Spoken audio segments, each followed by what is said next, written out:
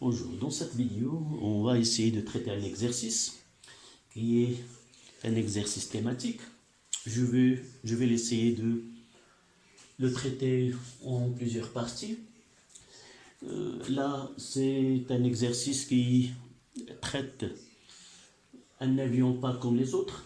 C'est un avion A300 qui est capable de réaliser des vols au cours de lesquels on peut sentir qu'on est en état d'apesanteur, c'est-à-dire l'absence de poids, l'absence de sentir son poids.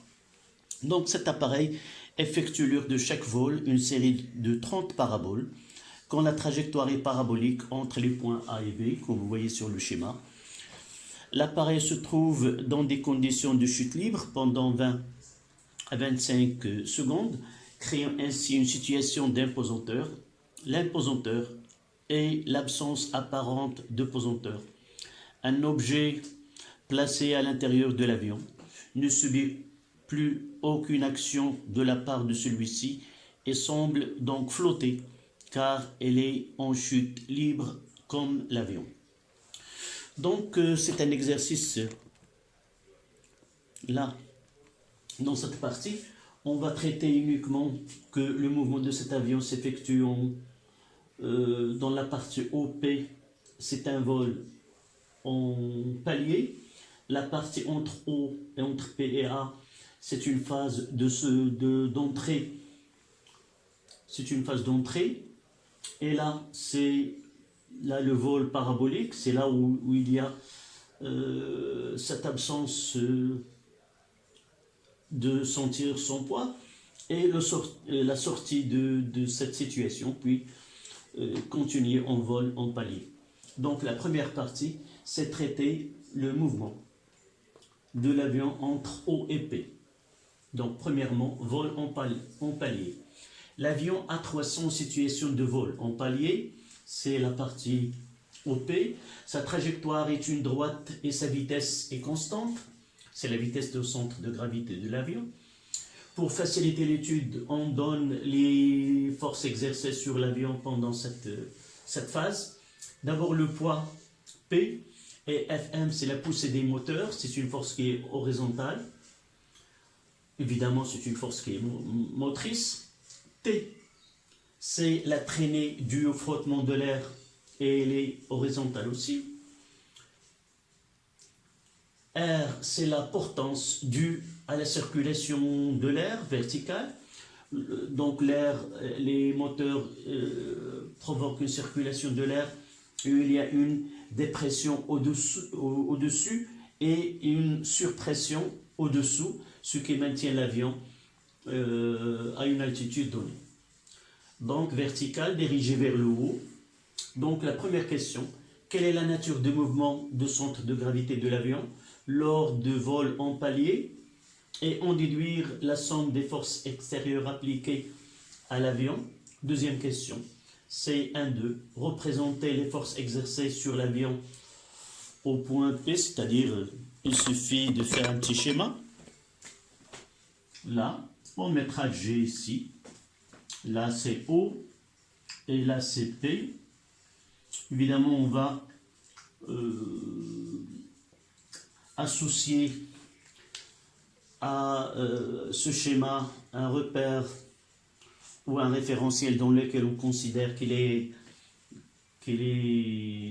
référentiel terrestre, qu'il est galiléen, puisque les temps que vous avez entendu que ne dépasse pas la durée de ce vol, elle est très petite.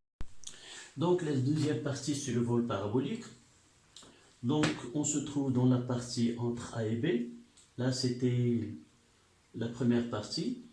Dans ce cas-là, afin d'effectuer une parabole dans la partie AB, le pilote cabre d'abord l'avion pour atteindre un angle alpha égal à 45 degrés entre l'axe principal de l'avion, c'est-à-dire VA, et l'axe horizontal. Puis il manœuvre l'avion afin que la portance exercée sur les ailes s'annule, la portance R s'annule, et la poussée des moteurs compense exactement la traînée sur l'avion. celle-là et celle-là doivent être compensées. Donc, la première question, énoncer la seconde loi de Newton en se référant au texte ci-dessus, déterminer le vecteur accélération A du centre d'inertie G de l'avion. D'abord là, je vais essayer, c'est pas demandé de représenter les forces, mais on commence par la première question 121, énoncé de la deuxième loi de Newton.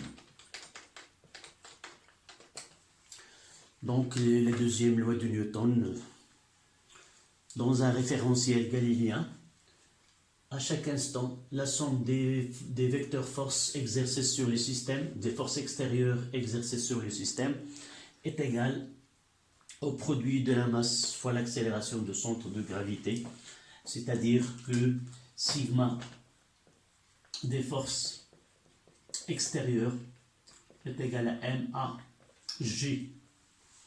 Dans ce cas-là, j'ai gardé les forces qui ont été mentionnées dans la partie 1, c'est-à-dire il y a le poids de l'avion plus Fm plus T plus R qui est égal à MAG, avec M c'est la masse de l'avion. Donc dans ce cas-là, dans cette manœuvre exercée par le pilote, deux choses, on doit bien lire le texte, c'est que la façon dont il conduit son avion, R est nul, est égal au vecteur nul. Et autre chose, c'est que elle essaie de donner une force M qui doit compenser T, c'est-à-dire que Fm doit être égal à moins T. Ça, ce sont les données de l'exercice. Sont entrées en faisant la schématisation des vecteurs force. En réalité, si l'avion, c'est pas demandé, c'est l'avion est ainsi. Donc, il y a le Fm, il y a le T, et il ne reste que P. Mais R, en réalité, il est perpendiculaire au plan, mais il est nul dans ce cas-là. Donc, ce qui reste uniquement, ces deux forces sont compensées.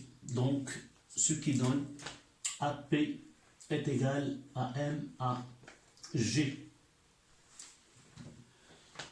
En simplifiant, on aura G est égal à AG, c'est-à-dire dans ce cas-là, l'avion réalise un mouvement avec un vecteur accélération qui est égal à l'accélération de la pose en terre. Donc, il nous donne, la question c'était déterminer le vecteur accélération de centre de gravité G de l'avion. Donc, c'est la question 121. Puis, dans le 122, on souhaite étudier la trajectoire de centre de gravité de l'avion.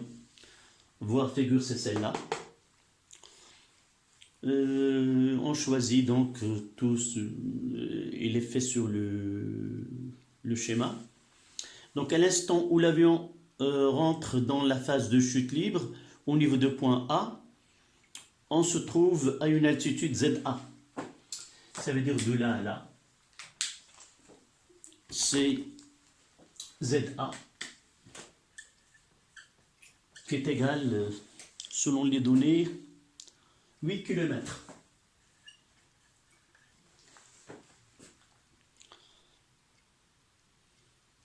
Et la valeur de la vitesse, VA, est égale à, elle est donnée par 2 unités, 281 nœuds ou 145 mètres. 145 mètres secondes moins 1.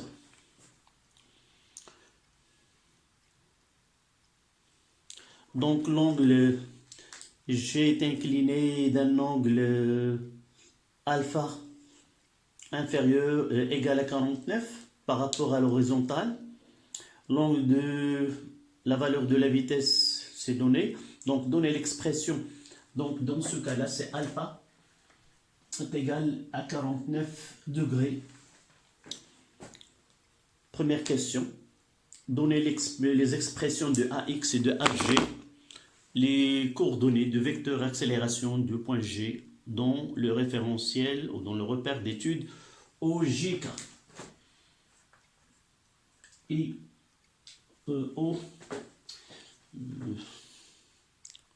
OIK. Voilà. Donc je schématise G. Le vecteur accélération du posanteur, c'est là. Donc, le vecteur G est là sur C0 et là c'est moins G. Donc, ce qui entraîne que AG est là 0 et là c'est moins G. Ce sont les composantes. On déduire, donner les expressions de AX et de AG, coordonnées. On déduire B, c'était B. Donc je peux écrire que AG est égal à moins GK. Voici l'expression du vecteur accélération. La question B, on déduire les coordonnées de VZ et Vx de vecteur. Donc, nous écrivons que AG est égal, ça c'est 122, c'est D de VG sur DT. Ça veut dire, ce correspond à 0 moins G doit être égal à D de Vx sur DT et là D de Vz sur DT. Ce qui donne Vz est égal à une constante. Là, Vx est égal à une constante, c'est V0x, qui est égal n'est autre que Va cosinus. C'est Va cosinus alpha. Et là, la dérivée de Vz est égale à une constante, donc Vz est une fonction qui est affine, dont le coefficient directeur c'est moins g. Donc Vz est égal à moins Gt plus V0z, c'est V0 sinus Va sinus alpha. Voici les composantes de vecteur vitesse instantanée de centre de gravité ou d'inertie de l'avion. La question suivante, c'est 123. 123. Montrer que l'équation horaire de mouvement selon l'axe OZ peut se mettre sous la forme Z de t. Montrer que Z de t s'écrit sous la forme de C1 t carré plus C de t plus C3. Avec C1, C2, C3 sont des constantes obtenues à partir de données de texte. Donner les expressions littérales de ces constantes. Donc, nous avons le vecteur vitesse que nous avons déjà, c'est V de G. Et là, VA cosinus alpha. Et là, c'est moins GT plus VA sinus alpha. Donc, ce OZ ou OG, et nous écrivons que V de G est égal à D de haut de G sur dt. Ça veut dire que VA cosinus alpha, et là c'est moins GT plus VA sinus alpha, qui est égal à D de x sur dt, et là D de z sur dt. Donc la dérivée d'une fonction qui est une constante dans une fonction affine, en fonction de variable t évidemment, donc x de t, ça donne c'est VA cosinus alpha fois t plus x à l'instant t est égal à 0. Là c'est l'équation 1. Et 2. 2 ça donne z. C'est la fonction primitive, donc là c'est z de t. Ça donne moins 1 demi gt carré plus VA sinus alpha fois t plus z0.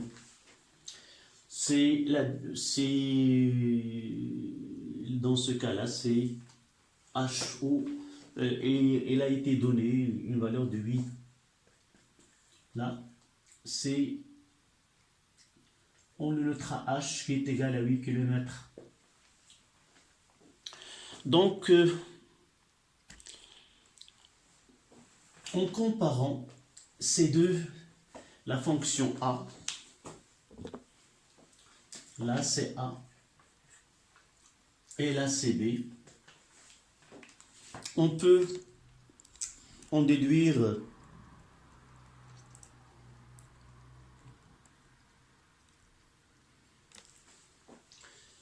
là c'est H, c'est ZA.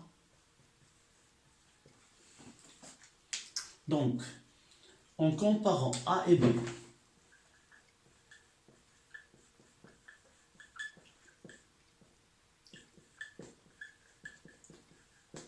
A et B,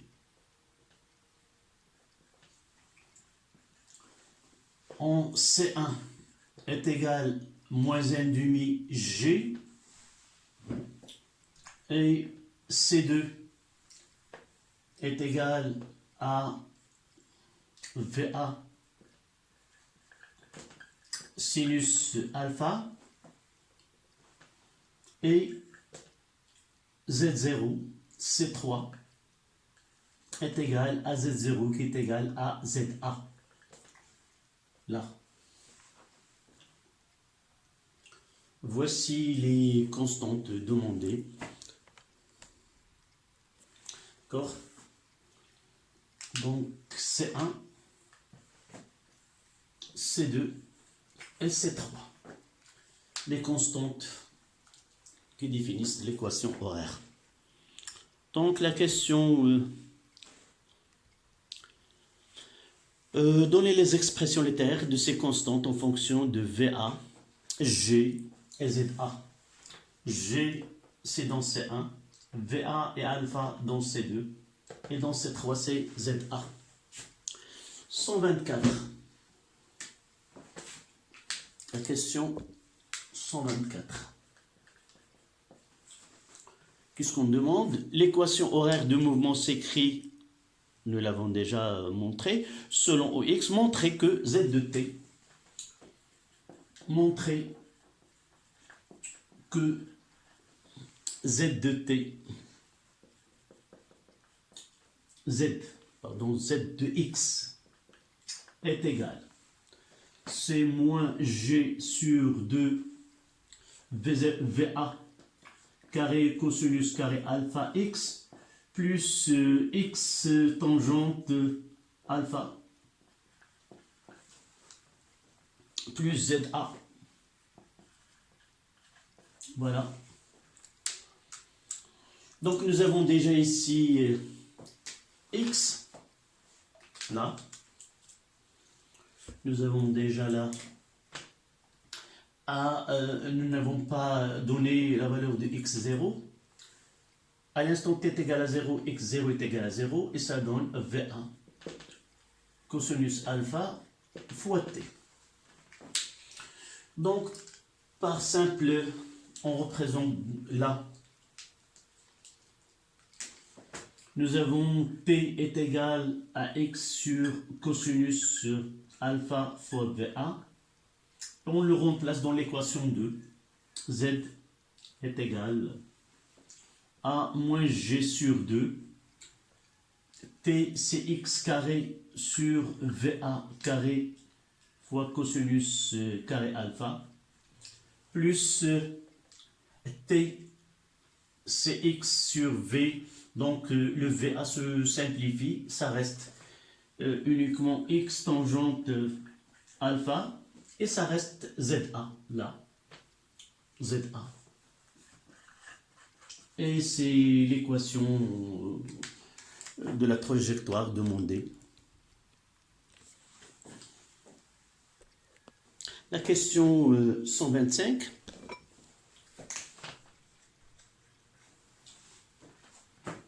À la date TB, le système se trouve au point B, de même altitude que le point A, avec un vecteur vitesse VB. Dans la direction fait un angle alpha avec l'horizontale et la valeur de même et dont la valeur est la même qu'au point A, c'est-à-dire VA est égal à VB est égal à 145 mètres secondes moins 1.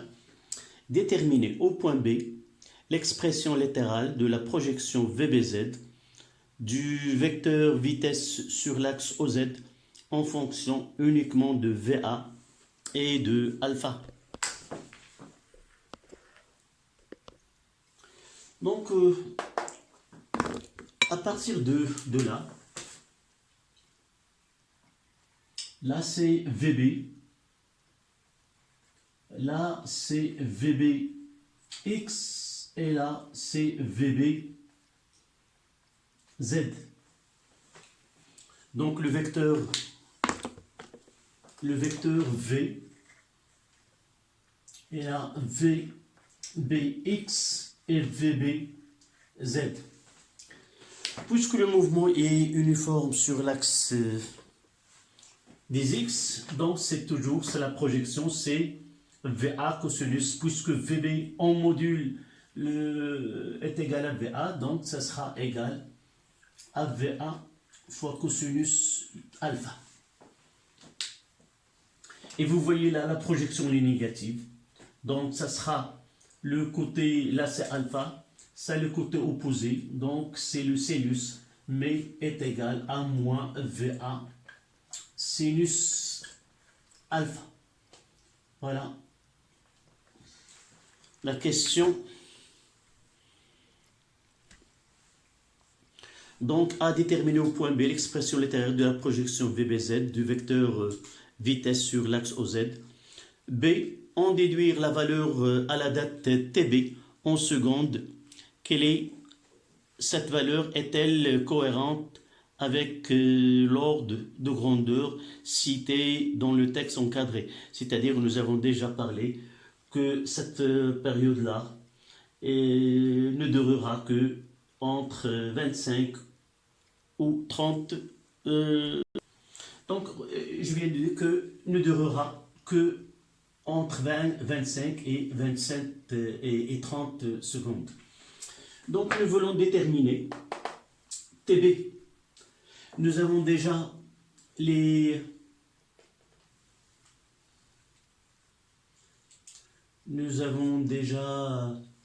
valeurs, l'expression de OM. Nous avons V, le vecteur V, c'est V0 cosinus alpha, et là c'est moins G. Donc moins GT plus VA. Là, c'est VA cosinus et là, VA sinus alpha. Ce que nous savons que au point B, donc VB c'est VA cosinus alpha et là c'est TB. D'accord? Donc, pour déterminer ces VBZ, VBZ est égal à moins GTB plus VA sinus alpha, mais le VBZ c'est égal à moins VA sinus alpha, moins VA sinus alpha, là, par la projection. Donc, je vais faire passer GTB de ce côté-là, ça devient plus, et l'autre, de l'autre côté, VA, ça donne que GTB est égal à 2 VA sinus alpha. Et par suite, TB est égal à 2 VA sinus alpha sur G. Ce TB, c'est l'instant où l'avion, ou le centre de gravité de l'avion, atteindra le point B, c'est-à-dire de là à là. Et ce temps-là, c'est le temps estimé de cette phase qui est où le mouvement est parabolique. Donc il suffit de calculer cette valeur-là.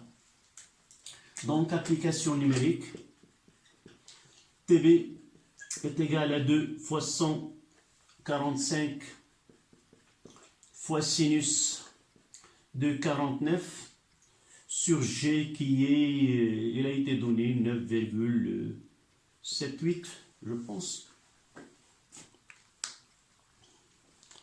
Je vais essayer de m'assurer de la valeur G.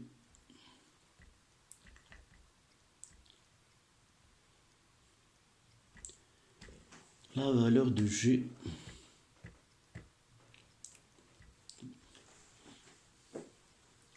Donc, je calcule.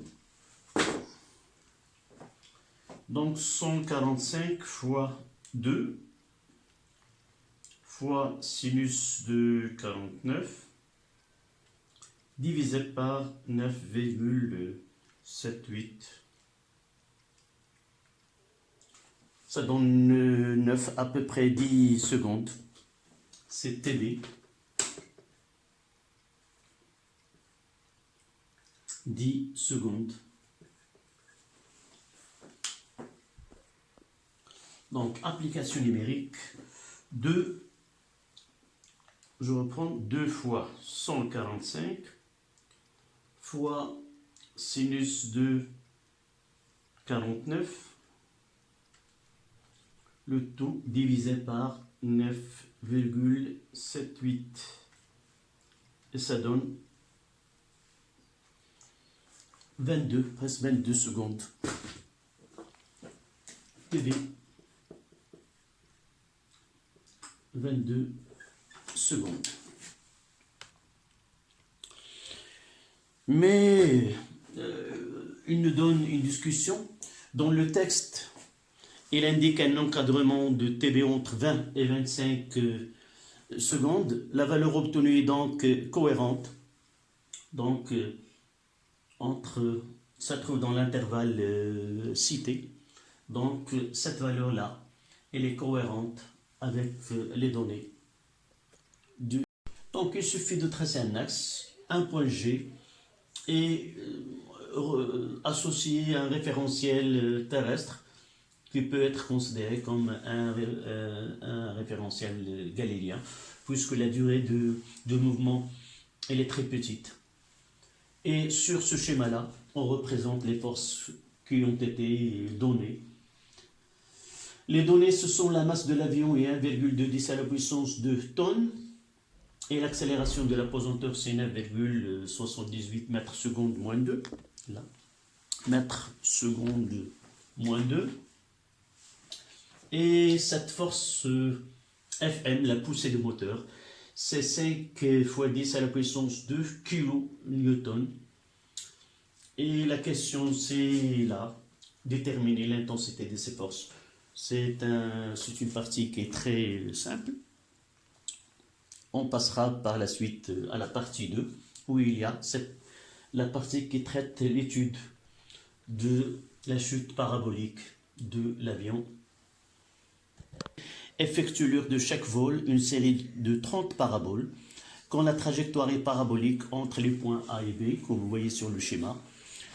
L'appareil se trouve dans des conditions de chute libre pendant 20 à 25 secondes, créant ainsi une situation d'imposanteur. L'imposanteur est l'absence apparente de pesanteur. Un objet placé à l'intérieur de l'avion ne subit plus aucune action de la part de celui-ci et semble donc flotter car elle est en chute libre comme l'avion. Donc c'est un exercice là, dans cette partie, on va traiter uniquement que le mouvement de cet avion s'effectue dans la partie OP, c'est un vol en palier.